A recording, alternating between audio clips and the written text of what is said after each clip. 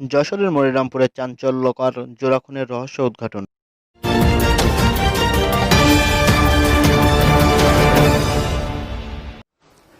এই মানিক আমাদের এই ঘটনার সাথে সংশ্লিষ্ট, এটি আমরা জানতে পারি। মানে মানিকের মানে আমরা ওই যে লোকগুলি ওই দিন আটক করেছিলাম তাদের জিজ্ঞাসাবাদে আমরা যাদেরকে যাচাই বাছাই করে দেখি যে একবারই ইনোসেন্ট, তাদেরকে আমরা ছেড়ে দিয়েছি। যাদেরকে সাসপেক্ট হিসেবে রেখেছিলাম তার মধ্যে কয়েকজন মানিকের নাম বলেছিল, মানিককে আমরা তখন কিন্তু পাইনি। তারপর একের পর এক অভিযান চালিয়ে আমরা মানিক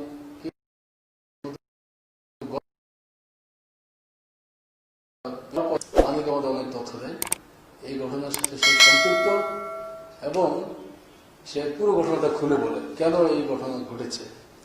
আমরা যেটা জানতে পেরেছি, চাঞ্চল্যকর ঘটনা, ডাবল মার্ডারের ঘটনা, এই বিষয়ে আমাদের খুব তৎপরতা ছিল। তো মানিক যেটি বলেছে সাক্ষী প্রমাণ আমরা নিয়ে যাচাই বাছাই করে আমরা দেখেছি এটি সত্য, এবং আপনারা দেখতে পাচ্ছেন যে মানিকের কাছ থেকে সেই হত্যাকাণ্ডে ব্যবহৃত চাকু আমরা উদ্ধার করেছি। ইভেন মানিকের কাছে যে ভিকটিম বাদলের মোবাইল ফোনটি ছিল সেটিও আমরা উদ্ধার করেছি। মানিকের মোবাইল ফোন আমাদের কাছে আছে। মানিকের তথ্য মতে আমরা যা জেনেছি যে বাদল এবং আহাদ, যে দুজন ব্যক্তি মারা যায়, তারা হলো প্রতিবেশী। বাদলের একাধিক নারী সংশ্লিষ্টতা থাকতে পারে এমন তথ্য আমাদের দেয়। এই নারী ঘটিত বিষয়ে আহাদ জেনে যায়। তো জানার পরে বাদল সিদ্ধান্ত নেয় যে আহাদকে উচিত শিক্ষা দিবে। আর মানিক হলো বাদলের খুব ক্লোজ বন্ধু, কারণ বাদলের যে মোটরসাইকেলটি আছে বিভিন্ন মানুষ আনা দেওয়ার কাজে ব্যবহৃত হয়, এর আগেও অনেকবার ভাড়া নিয়েছিল, এবং ভাড়া নিতে নিতে একসময় তাদের মধ্যে খুব ভালো বন্ধুত্ব হয় এবং তারা অনেক কিছু শেয়ারিং কেয়ারিং করে, মানিক এবং বাদল। বাদল একদিন মানিককে বলে যে আহাদ আমার পথের কাটা হয়ে দাঁড়িয়েছে, তাকে উচিত শিক্ষা দিব, তুমি তো আমার বন্ধু, আমাকে একটু হেল্প করো। তো মানিক সেভাবেই কথা অনুযায়ী হেল্প করে। ঘটনার সময় মানিক একটি মানে ক্যারাম খেলছিল বা ওই ভিডিও গেমস। তখন বাদল তারা কোন একটা জায়গায় ক্যারাম খেলছিল, তখন একটি কল আসে, সেই কলটি মানিক করেছিল, এবং সেই কলের পরে বাদল আহাদ মোটরসাইকেলে করে ওই মালিকের সাথে একটি জায়গায় দেখা করে, এবং বাদল মানিককে একটি মোবাইল ফোনের স্ক্রিনশট দেয়। বাদল মানিককে তার মোবাইলটা দিয়ে বলে এটা পড়ো, এটি আহাদকে একটু পাশ কাটিয়ে। তো মানিক ওখানে দেখতে পায় লেখা আছে যে বলরামপুর যাওয়ার পরে আমি মোটরসাইকেলের ড্রাইভিং না করে তোমাকে আমি ড্রাইভিং করার দায়িত্ব দিব, তুমি মোটরসাইকেল চালাবা, আমি পিছনে বসবো। আর এই সেই লোক আহাদ, যাকে আমি তোমাকে আগে বলেছিলাম যে উচিত শিক্ষা দিব, আমার শত্রু হয়ে দাঁড়িয়েছে। তো এই লোকটাই সেই লোক। মানিকের বক্তব্য অনুযায়ী মানিক আগে আহাদকে চিনত না, মানিক জানতো না যে আহাদই সেই ব্যক্তি। তো এই পর্যায়ে এই মোবাইলটা আবার নিচে লেখা ছিল পড়ার পরে ডিলিট করে দাও। তো মালিক সেই কথা অনুযায়ী কাজ সে ডিলিট করে ফেলে, এবং বাদলের মোবাইলটি তার পকেটেই থেকে যায়। সামনে মোটরসাইকেলের সামনে বাদল বসে, ড্রাইভিং, বাদল গাড়ি চালায়, টার্গেট আহাদ, পেছনে বসে হলো মানিক। এই তিনজন মোটরসাইকেল চালিয়ে বলরামপুর যখন যায়, তখন আগের প্ল্যান অনুযায়ী ওখানে গিয়ে বাদল বলে যে মানিক তুমি ড্রাইভ করো। তো মানিক ড্রাইভ করে, বাদল আহাদের পিছনে বসে, আহাদ মাঝখানে আগে থেকে ছিল, আগে থেকে ওখানেই আছে। তো এক পর্যায়ে গাড়ি স্টার্ট দিয়ে যাওয়ার এক মুহূর্তে বাদল তার পকেট থেকে যে চাকুটা দেখতে পাচ্ছেন আমাদের হেফাজতে আছে, এই চাকু দিয়ে তার সামনে বসা আহাদের গলায় পোঁচ মারে। আহাদ একটু শারীরিকভাবে শক্তিশালী ছিল, এই অবস্থাতেই বাদলের হাত সে ধরে ফেলে এবং চাকু এক পোঁচকে চাকু সহ হাত ধরে ফেলে। তো এদের মধ্যে ধস্তাধস্তি শুরু হয়ে যায়। ব্যালেন্স রাখতে না পেরে মালিক ওই মোটরসাইকেল ফেলে দেয় বা পড়ে যায়। তারপর চাকুটা আহাদ নিয়ে নেয় বাদলের কাছ থেকে, নিয়ে আহাদ উল্টো বাদলকে ছুরিকাঘাত করে। তারপর এক পর্যায়ে বাদল দৌড়ে পালানোর চেষ্টা করে। মোটরসাইকেল থেকে একটু আপনার 20 থেকে 25 গজ নাকি দৌড় দিয়ে চলে যাওয়ার যখন চেষ্টা করে, মালিক গিয়ে পড়ে যায় বাদল। সেই চাকু দিয়ে তাকে উপর চুপুরি আঘাত করে তার পেটে নাড়ি ভুড়ি বের করে ফেলে একবারে। এবং যখন বাদল নিস্তেজ হয়ে যায় তখন এবার আহাদ মালিকের পিছনে ধাওয়া করে চাকু নিয়ে। তো অন্ধকার হয়ে গেছে, মালিক মানে সেভ করে, এই ধাওয়া করে মালিককে আর ধরতে পারেনি। মালিক আড়ালে চলে যায়। দূর থেকে মালিক দেখতে পায় আহাদ আস্তে আস্তে সেই মোটরসাইকেলের কাছে যায়। মোটরসাইকেল তখন লাইট জ্বলন্ত অবস্থায় ছিল। সে গিয়ে তাড়াতাড়ি আলো বন্ধ করে দেয় চাবি দিয়ে। পর্যায়ে সে ওখানে নিস্তেজ হয়ে সে নিজেও পড়ে যায়, কারণ তার গলায় রক্তক্ষরণ হচ্ছিল। এবং বাদলকে সে দৌড়ে মানে ধরে যখন সে বাদলকে ছুরিকাঘাত করে তখন শারীরিকভাবে সে দুর্বল হয়ে ওই মোটরসাইকেলের পাশে সে পড়ে যায় বা শুয়ে পড়ে। হাত থেকে চাকুটাও পাশেই পড়ে থাকে।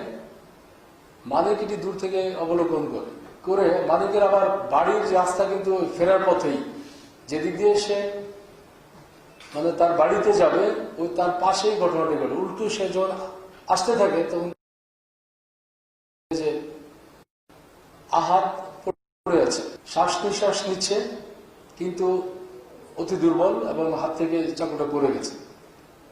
তো সে কিছু ভেবে না ভেবে সে চাকু নিয়ে সে ছুরি নিয়ে আহাতের বুকে বসিয়ে দেয় বা পেটে কয়েকটি আঘাত করে।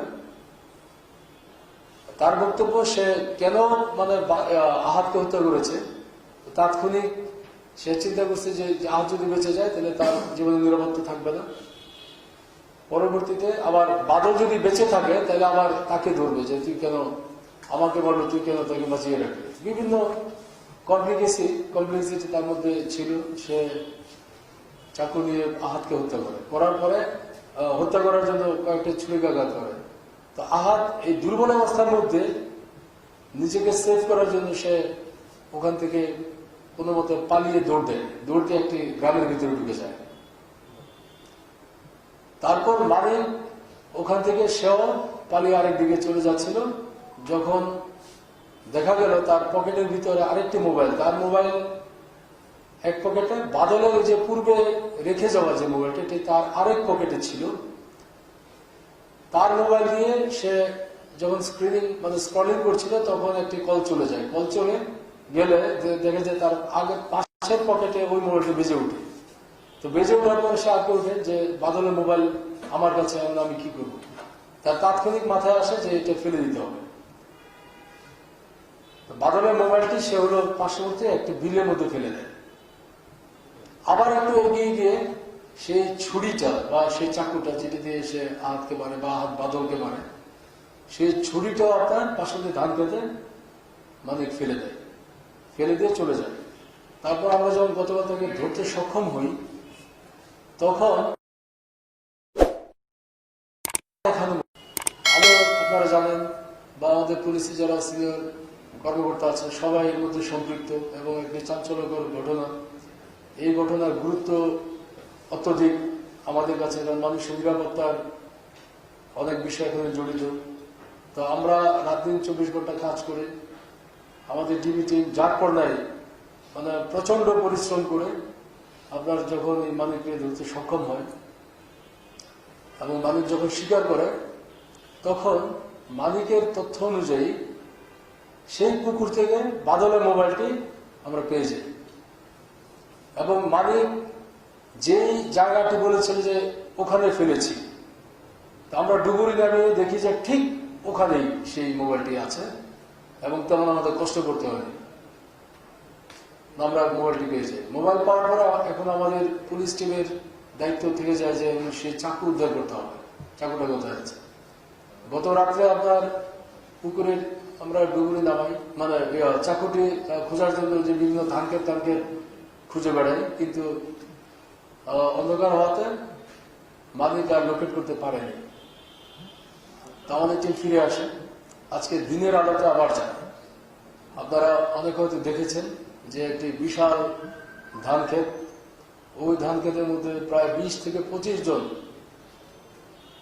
আপনার মানুষ মানে খুঁজে চিরুনি অভিযান চালিয়ে বলা যায় যে এক সময় সেই চাকুটিও পুলিশ হাতে চলে আসে, চাকুটি পেয়ে যায়। তো মালিকের তথ্য অনুযায়ী আমরা মোবাইল এবং ওই হত্যাকাজে ব্যবহৃত সেই চাকুটি পেয়ে যায় এবং মালিকের স্বীকারোক্তি সব মিলে যায়।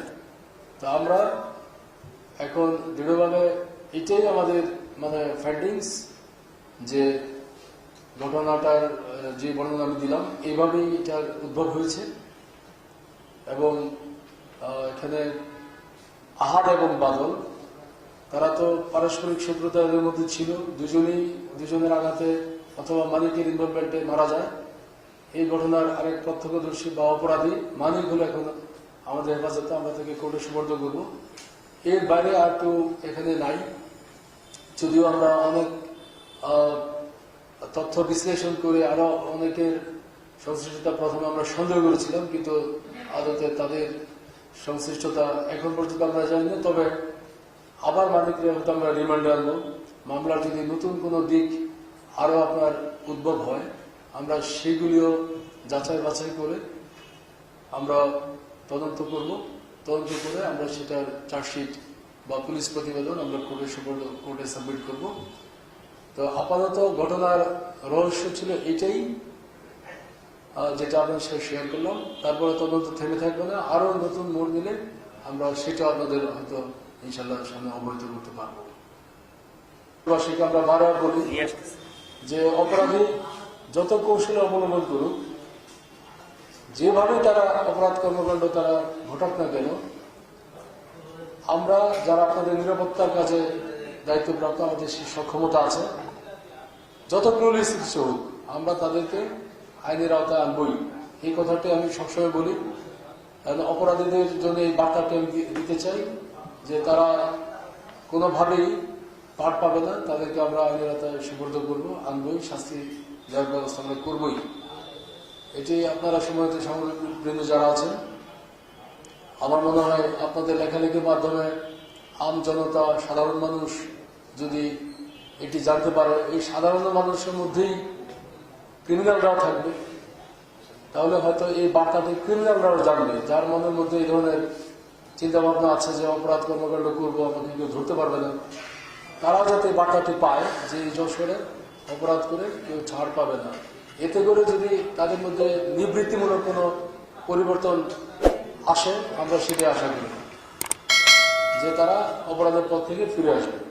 এবং আমি বলবো যে আপনারা সাধারণ মানুষ, আপনাদের নিরাপত্তা আমরা দিব এবং আপনাদের নিরাপত্তার জন্য পুলিশ সবসময় তৎপর।